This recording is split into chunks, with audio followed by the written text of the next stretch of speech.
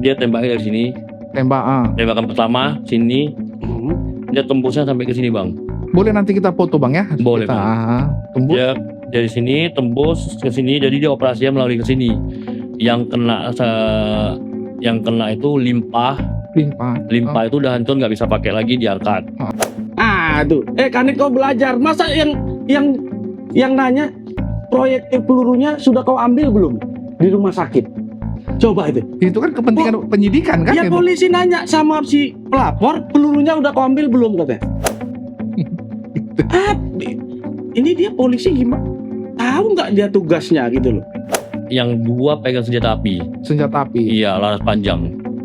Terus? Yang satu pegang kelewang. Penangkapan, Bang. Saya tahu tujuan abang mau nanya. Ngapain dipanggil? Tangkap.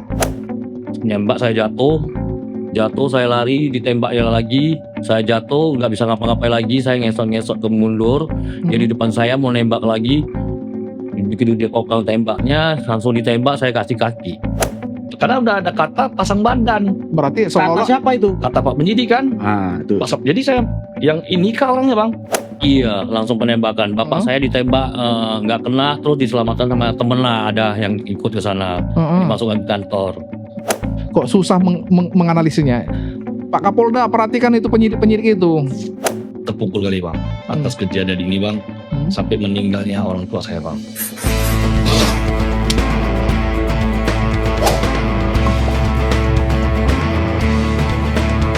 Ya, kembali lagi kita di program Cakap-Cakap Hukum bersama DPC Pradi. Hari ini kita kedatangan pengacara kondang yang sudah tak asing lagi namanya di Kota Medan, Bang BHS. Salam kenal, Bang. Terima kasih, Bang Dwi. Baik, juga hari ini dengan narasumber kita Bang Anton Wijaya ya, dengan Bang Suryanto. Topik hari ini yang mau kita bahas ini, bahwasanya Medan sudah tidak baik-baik saja nih. Bahwasanya ada tindakan-tindakan kriminal yang kita lihat, penembakan ya, Bang ya. Penembakan. Mungkin lebih detail nanti kita ceritakan. Boleh perkenalkan diri, Bang BHS. Boleh. Narasumbernya. Baik, terima kasih Bang Dwi sudah diundang ke podcast Cakap-Cakap Hukum. Memang sudah lama kita dengar podcast ini, sepertinya sudah menjadi corong ya di masyarakat umum yang memerlukan percepatan hukum. Iya. Yang kalau perkaranya lambat gitu. Ya, karena no viral no justice katanya, Bang. Viral no justice kata-kata orang sekarang. Ya. Tapi untuk itu saya perkenalkan dulu, ini adalah korban penembakan tersebut. Ada 2 korban penembakan ya, tapi hari ini satu tidak bisa ikut, mungkin sedang istirahat. Ini namanya Pak Anton Wijaya. Iya. Beliau yang di sampingnya adalah abang kandung korban, sekaligus pelapor. Pelapor namanya Pak Suryanto. Nah, itulah untuk yang 2 ini. 1 orang korban tidak ikut. Oke, Bang, sebelum kita berbicara hukumnya, Bang, kita mau langsung ke korban dulu ya, Bang ya. Boleh. Bang Anton Wijaya, gimana cerita awalnya perkara ini? Kenapa? Apakah karena memang ada suatu perselisihan jauh-jauh hari atau seperti apa perkara ini sehingga abang korban penembakan nih? Awal dari ceritanya yang saya tahu, yang saya alami, saya ditelepon sama abang kandung saya sendiri, Suryanto. Ya. Ditelepon karena kan saya ngurus di gudang.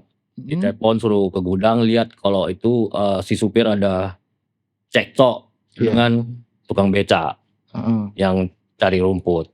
Jadi saya langsung ngajak teman ke sana, ke gudang. Sampai gudang, jumpa sama bapak saya di depan, lagi ngobrol sama temannya. Terus saya tanya, emang ada masalah apa? Masalah supir tadi ribut sama tukang cari rumput.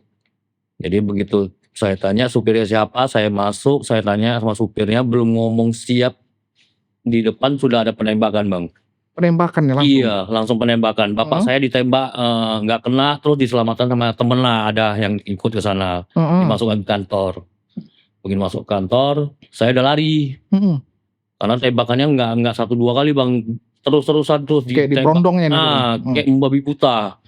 Jadi saya lari ke belakang, saya teringat orang tua saya di depan. Udah tua, saya balik. Saya ambil kayu, berusaha gimana supaya menyelamatkan bapak lah. Sampai depan kok nggak ada, bapak sudah nggak ada, rupanya udah diselamatkan.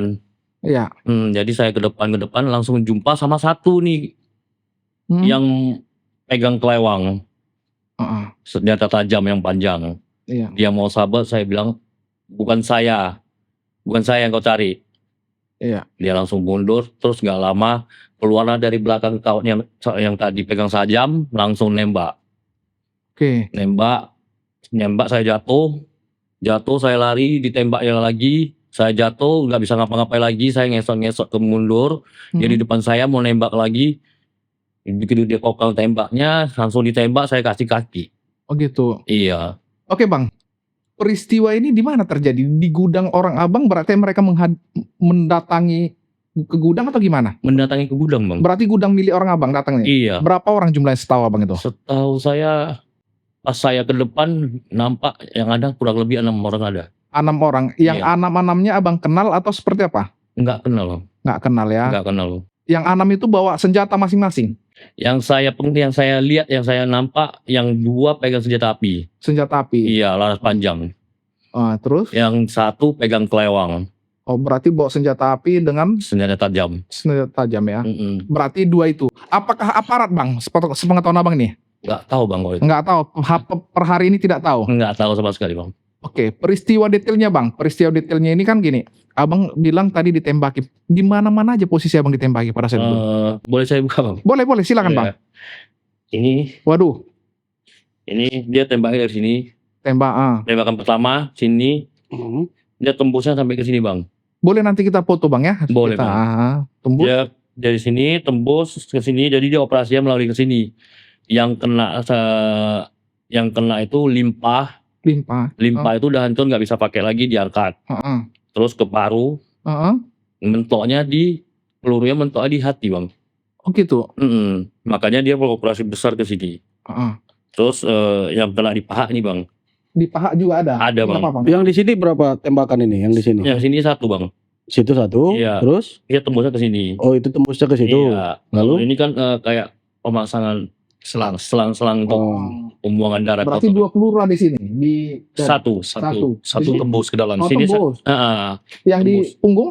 yang di punggung tembus ke sini Bang. Oh gitu. Jadi yang di paha sini kena, tembusnya ke sini. Oke. Terus yang terakhir yang kaki yang di bawah Bang. Kaki itu. Iya, Tangan? tangan ini saya nggak tahu di kelewat apa enggak. Pokoknya saya didatengin dua orang itu. Posisi saya udah jatuh, ditembak ini. Terus tiba-tiba sekarang saya udah patah. Oh gitu. Mhm. Jadi pertama kali penembakan itu Abang langsung jatuh. Jatuh. Kenapa bisa kena ke kaki? Saya kan tembakan pertama saya masih bisa ada tenaga untuk lari Bang. Lari, tembakan kedua kena paha, saya jatuh. Begitu tengok tangan saya udah patah kayak kena senjata tajam. Saya udah ngesot-ngesot, dia yang melakukan tembakan itu masih di depan saya nih Bang. Masih mau nembak. Ngopangi tembaknya bagaimana saya nggak ngerti lah. Begitu dia mau nembak lagi, saya kasih ke kaki. Karena dia mau nembak sini Bang. Itulah yang dilakukan yang 6 orang. Mungkin refleks saya juga. Gitu ya. Heeh. Yang masih puji Tuhan Abang masih Masih hidup selamat. ya? Masih hidup Bang. luar biasa. Jadi Bang, bagaimana Abang bisa selamat peristiwa itu? Misalnya apakah Abang lari kah atau seperti apa? Saya udah berusaha lari sampai Atau mereka tinggalkan langsung? enggak. Dia terakhir masih mau nembak lagi Bang setelah nembak kaki ini Bang. Saya bilang, "Kamu mau apa lagi? Aku nggak bisa apa-apa lagi nih." Kenapa nggak pergi yang gitu Bang kan? Rupanya dari depan temannya panggil dia. Temannya bilang cabut. Barulah dia cabut ke depan. Habis itu dia kokang tembaknya lagi. Itu pabrik mobil-mobil semua ditembaki dia habis. Oh habis ditembak Iya, ya? kacanya semuanya. Gitu ya. Iya Bang. Bang Suryanto, Iya Bang. kan Abang ini nelpon Iya. Bang Anto. Apa rupanya yang Abang dapat berita sehingga nelpon Bang Anton? Iya, jadi kan gini Bang, pada saat itu saya dihubungin sama almarhum bapak saya. Oh, Saya ditelepon. sorry. Tadi kan Abang ini bilang Bapak ada di situ. Abang bilang almarhum. Apa karena gimana? Gimana ceritanya kok Iya. almarhum? Itulah Bang, yang sangat terpukul kali Bang, atas kejadian ini Bang, sampai meninggalnya orang tua saya Bang. Karena di peristiwa itu ada orang tua di situ kan? Iya, orang tua. Nah, dari saksi satu korban itu bilang orang tua saya tuh pada saat itu sampai jongkok sampai begini, dia udah nggak bisa apa-apa, habis udah nggak bisa lagi apa-apa, udah kayak ketakutan kan. Iya. Dia sendiri tahu anaknya itu di luar dibantai gitu kan. Anaknya dibantai di luar. Dia mau keluar tapi dia pun udah nggak berdaya. Bang, sorry bang, pada saat sebelum peristiwa ini apakah orang tua kita tuh sehat atau memang sakit? Orang tua Masih saya sehat? berobat, ya sehat, sebelumnya sehat. Masih bisa Berobatlah 2 kali. bisa beraktivitas masih ya? Masih berobatlah 2 kali dengan 2 hari yang berbeda. Asam lambungnya naik atau apa? Enggak, sorry, maksudnya ya, sebelum peristiwa ini kondisi orang tua gimana? Sehat kali. Sehat. Sehat kali orang Sehat, tua. masih bisa beraktivitas ya? Beraktivitas seperti Berarti biasa. karena setelah peristiwa ini 2 hari itu naik asam lambung gitu. Iya. Kayak stres, trauma gitu. Stres, mungkin trauma kan. Masih kebayang. Dan orang tua saya selalu nanya gimana hasilnya. Harus ditangkap. Ya Pak, aku bilang, aku nggak mau jadi dia kepikiran lagi. Ya Pak, udah ditangani sama pihak kepolisian, Polsek Tanjung Merawa. Oke. Ya harus tangkap ya. Iya Pak, sampai terakhir kali ketemu masih di tanggal 16 itu masih ketemu lagi. Masih manggil saya, "Cok, lu kemari dulu." Iya, aku bilang. Apa Pak? Ini lu cerita lu sama nih orang kerjanya. Coba tanya lu, kenal nggak sama pelaku-pelakunya? Ini harus ditangkap lu katanya. Ini nggak bisa kayak gini katanya. Itu kata orang tua sebelum meninggal. Orang tua saya nggak ngurus kan. Padahal saya ngurus. Karena mungkin ada trauma takut datang lagi mungkin kalau nggak ditangkap gitu ya. Oh, iya. Bisa jadi kan? Bisa jadi. Satu itu kan. Terus keduanya kan namanya orang tua ini kan nggak mau lihat anaknya seperti gitu kan. Nah, tidak adanya hukumnya tuh kok Lamban. kecil gitu kan. Kecil. Masa kejahatan yang sebesar gitu kok nggak ada hasilnya gitu. Nggak ada keterangannya, hasilnya nggak ada gitu kan. Jadi kan dia nunggu hasilnya. Siapa namanya ini itu dia pengen tahu terus. Nah, saya cerita ada 2 nama. Oh, udah dapat namanya bang? Nama kesaksian. Nah, dari hasil itu baru orang tua. Jadi anak kecil itu mana katanya?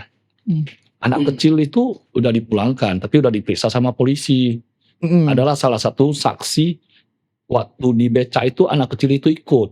Ikut ngapain bang? Di beca dia kayak anak-anak lah ikut. Sama si tukang beca yang mau ngaret rumput tadi.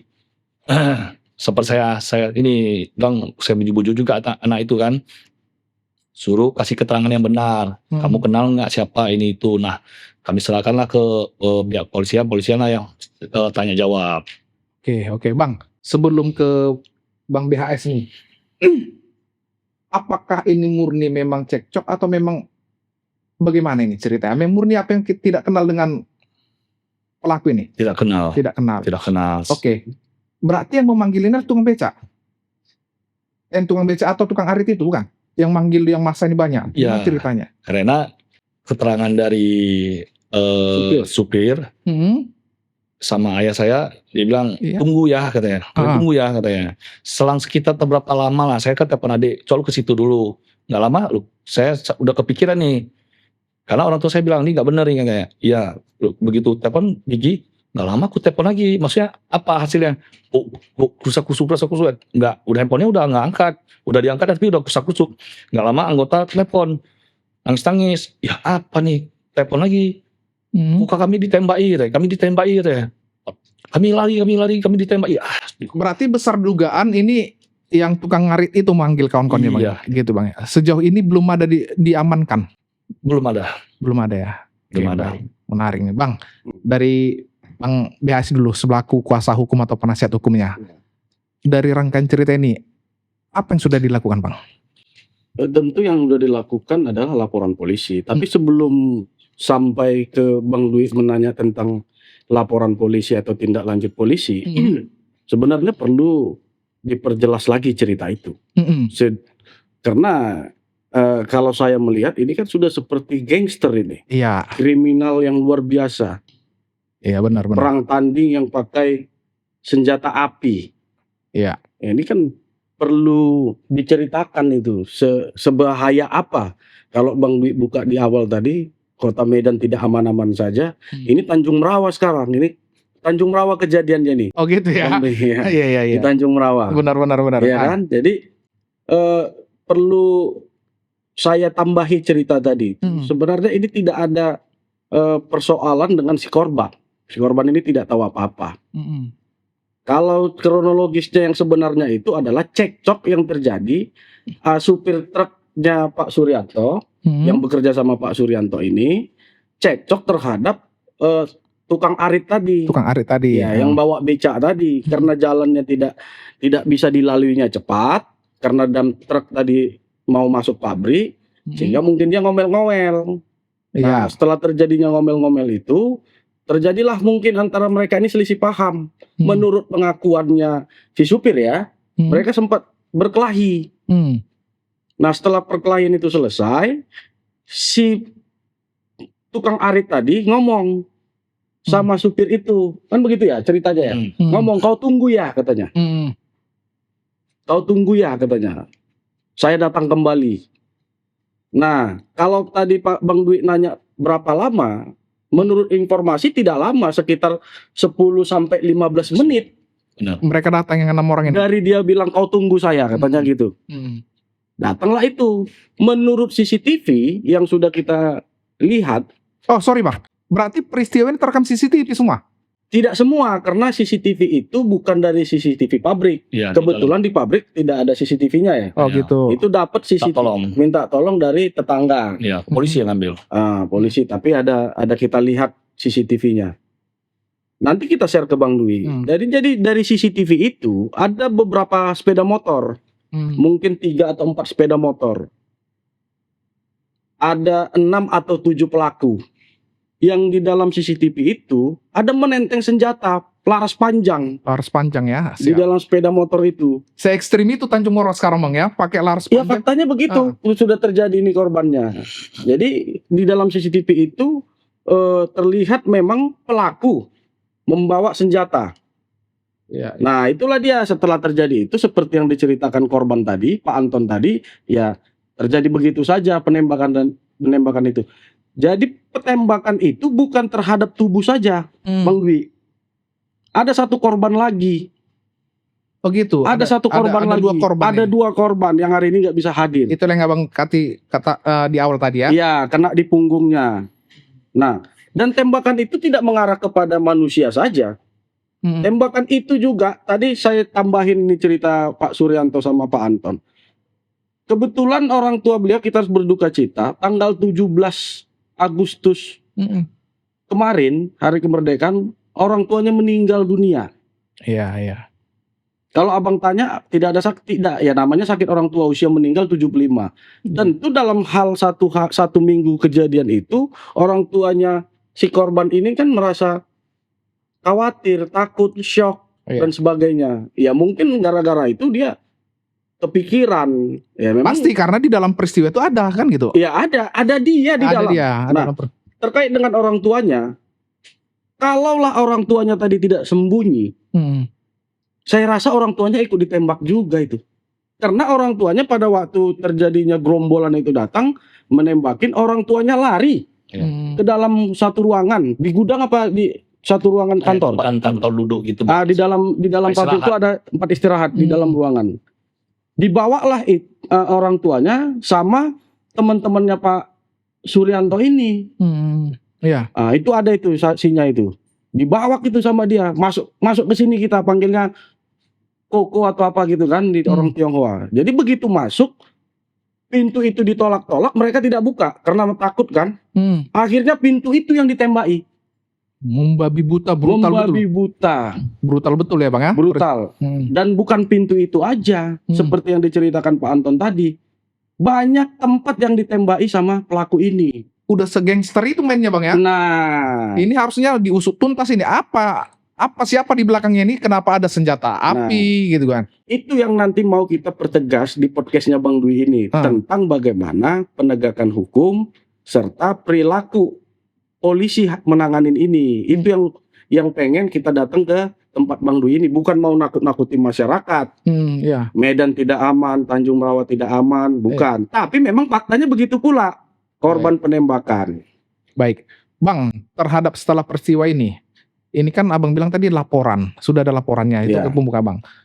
Waktu itu Abang buat laporan di mana? Oke, bukan saya yang buat laporan dulu ya. Yang membuat laporan itu adalah Pak Suryanto. Ini orangnya. Pada saat itu belum didamping ya? Belum. Tentu yang membuat laporan, karena yang korbannya kan nggak bisa buat laporan. Iya. Karena masih di rumah sakit. Tentu Pak Suryanto lah yang membuat laporan. Tapi pada waktu kejadian itu, saya bercerita sedikit sama Bang Dwi. Pada waktu kejadian itu pihak kepolisian memang ada datang ke rumah sakit ya. Iya. Ada datang ke rumah sakit. Kapolsek ya yang mengatasnamakan Kapolsek Tanjung Merawa menjumpai ketemu sama Pak Anton. Ketemu ya, Ya. ketemu, ada ngobrol. Nah mungkin ada diskusi di situ per hari itu juga ya. Ya, per hari itu. Per hari itu juga Pak Suryanto membuat laporan polisi. Apa pasal yang dituduhkan, Bang? Oke, nah ini sebenarnya intisari persoalan ini kan kejadian ini sudah terjadi. Ya hari ini mereka butuh kepastian hukum yang cepat. Karena kejahatannya kan menurut kita ini kan ini bukan kejahatan biasa lagi. Benar. Udah seperti teroris ini. Bawa-bawa senjata api. Iya benar.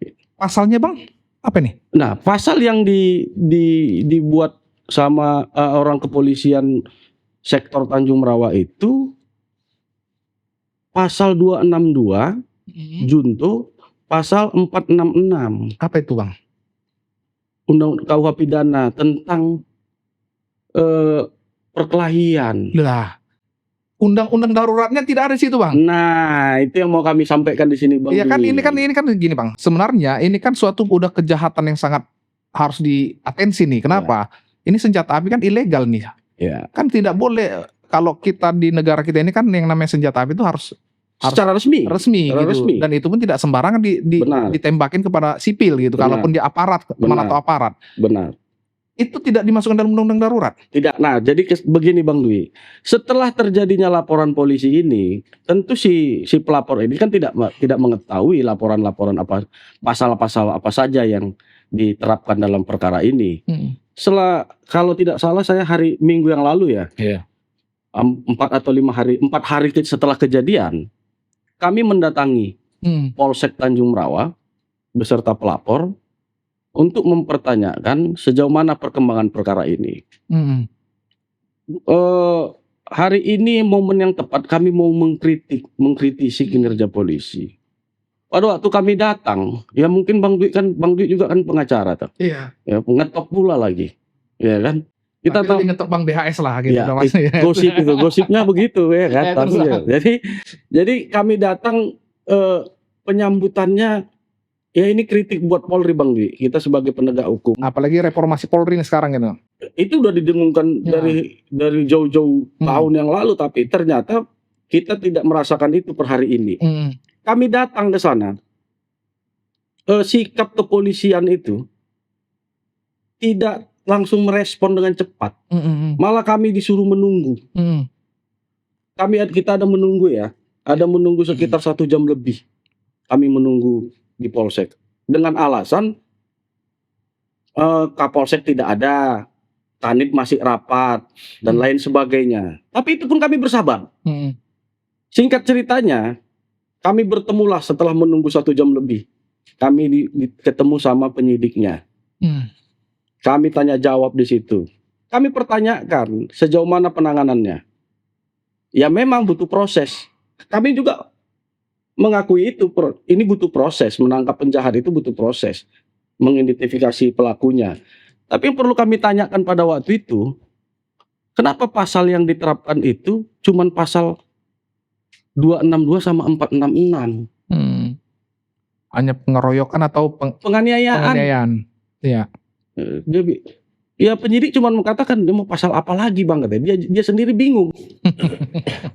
Dia bingung mau pasal apa lagi Bang, dia bilang. Pasal apa lagi kata penyidik? Iya, ini ada ini korban. Ya. Di situ pelapornya ada.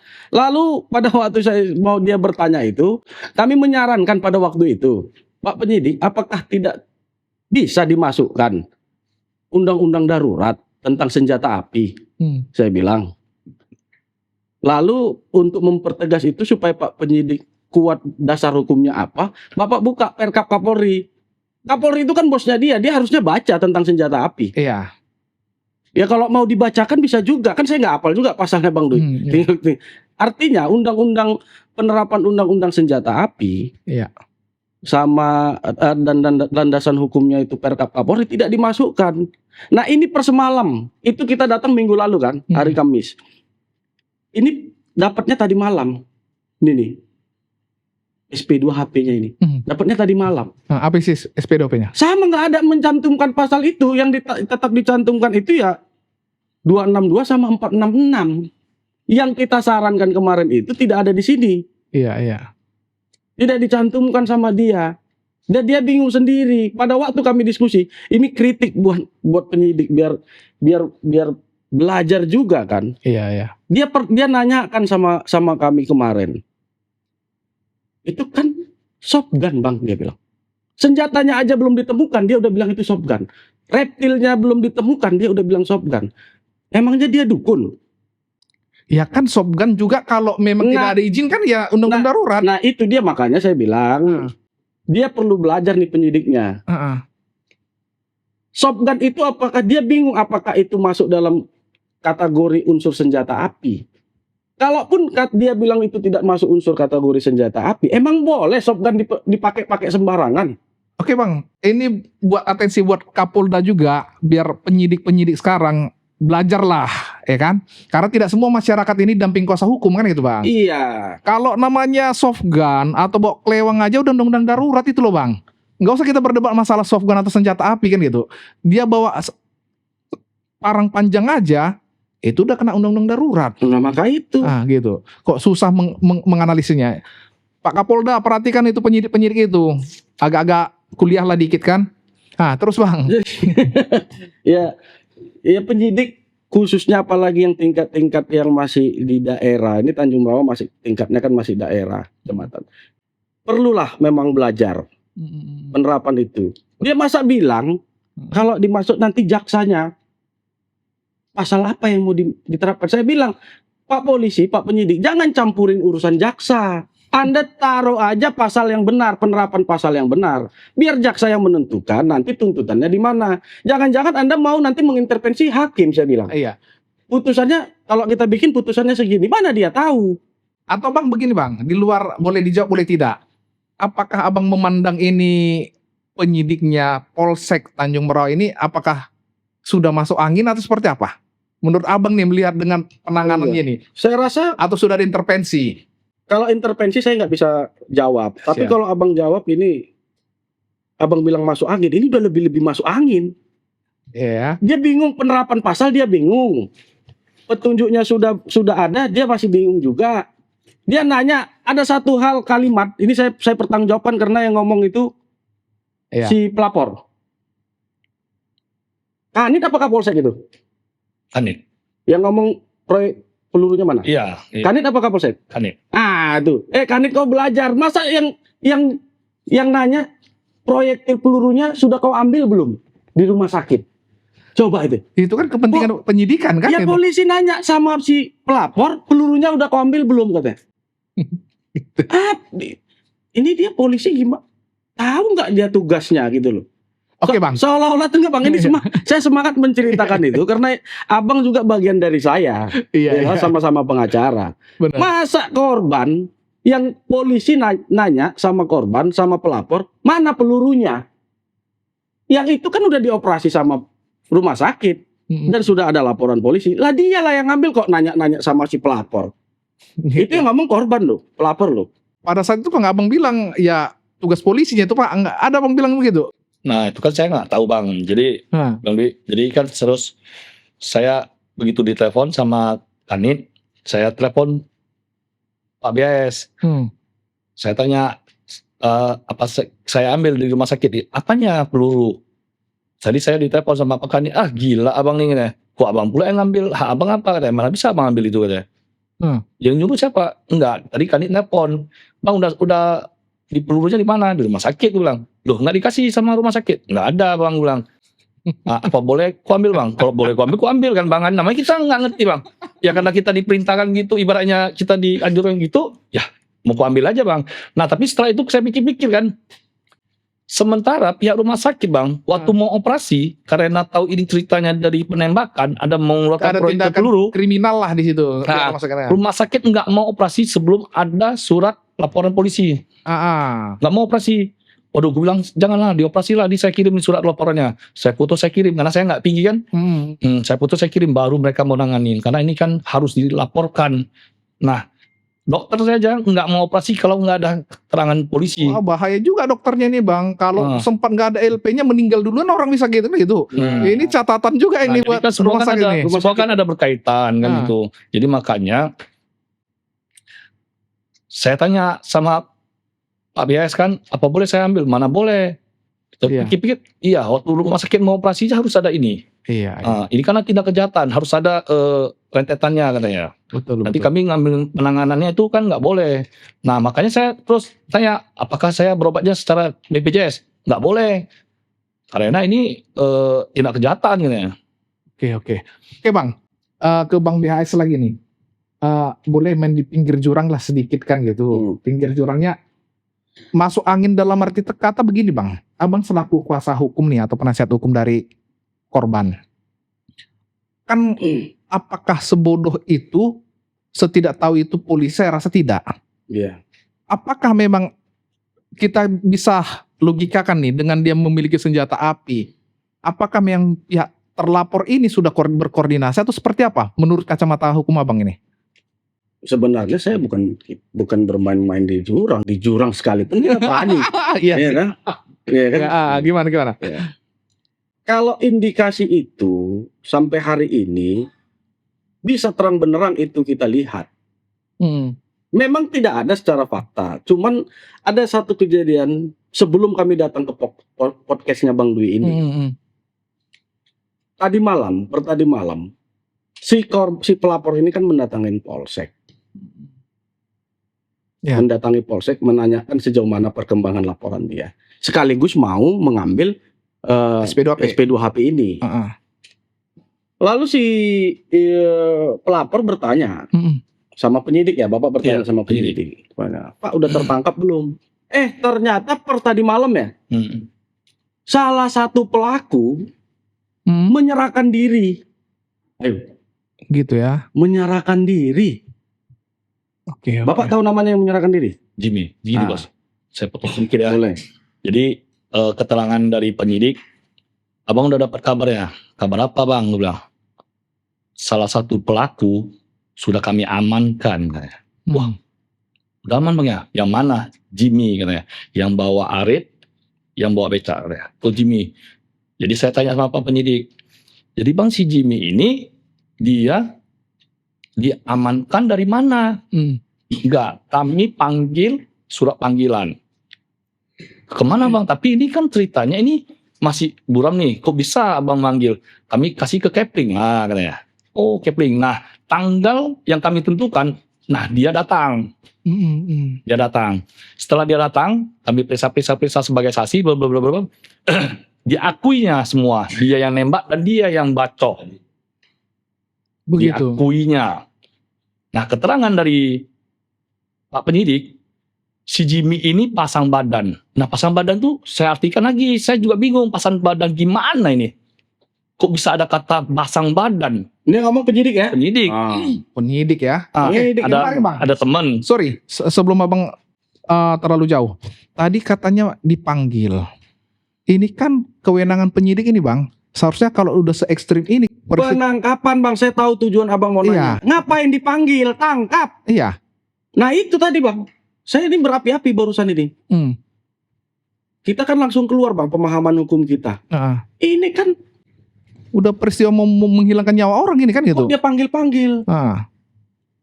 Videonya ada, kesaksian yang ngomong itu ada atas nama itu. Dia korbannya ada. Gitu. Nah itulah yang menjadi kebingungan sama si pelapor ini. Tapi untuk itu biar diceritakan lagi lebih tegas. Terus bang? Nah saya tanya, baru dijelaskannya, dipanggil dan dia datang dan terakhir diakui dan gini kan. Jadi saya tanya bang sama dia, sama Pak penyidiknya. Jadi bang nanti orangnya salah bang, Jimmy ini. Terus nanti dalam nanti nyamar-nyamar. Karena udah ada kata pasang badan. Berarti kata siapa itu? Kata Pak penyidik kan. Itu. Jadi saya yang ini kah orangnya bang? Ya benar katanya. Ini Jimmy. Oh iya. Berarti bang, ya udahlah berarti di sini ya bang ya. Mana tahu kami bisa nggak bisa. Masih kami amankan di ruangan terkhusus. Begitu. Karena statusnya masih diperiksa sebagai saksi. Nanti malam pagi statusnya dinaikkan jadi tersangka. Berarti tadi malam, berarti tadi pagi lah statusnya dinaikkan jadi tersangka. Karena dia panggil itu kan saksi katanya. Oke. Oke Bang, nggak terasa ini 30 hampir 30 menit lebih kita nih menarik ini perkara. Bang, Abang di terakhir closing statement Abang, apa yang Abang rasakan sekarang? Dengan Sakit, kecewa, sampai orang tua saya harus meninggal Bang, itu sangat sakit Bang. iya, dengan apa sendiri yang Abang alami ini dengan limfa ya limpanya tadi. Limpa. Limpa dan hati. Limpa dan hatinya.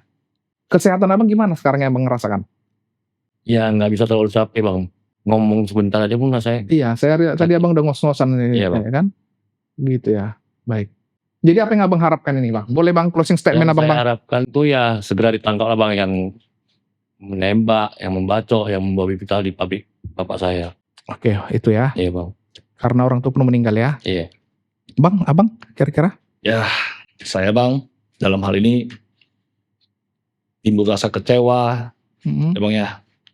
Ya, salah satu kepuasan itu nggak ada Bang. Dari ya kita sebagai warga negara Bang, kita kan butuh namanya kepastian hukum ini kan. Ya. Mana yang tersangka, mana yang salah, mana yang benar kan gitu. Sampai saat ini saya belum dapat ini Bang. Gitu. Kuncinya belum dapat saya. Masih saya berandai-andai Bang. Sampai atas kejadian ini dengan semua yang kami lalui dengan adik saya sampai meninggalnya orang tua saya Bang.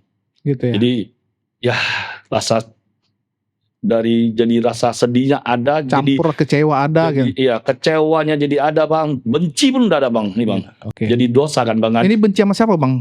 Pelaku atau polisi? Sama lah Bang. Sama ya. Oke, siap. Jujur Bang, sama Bang.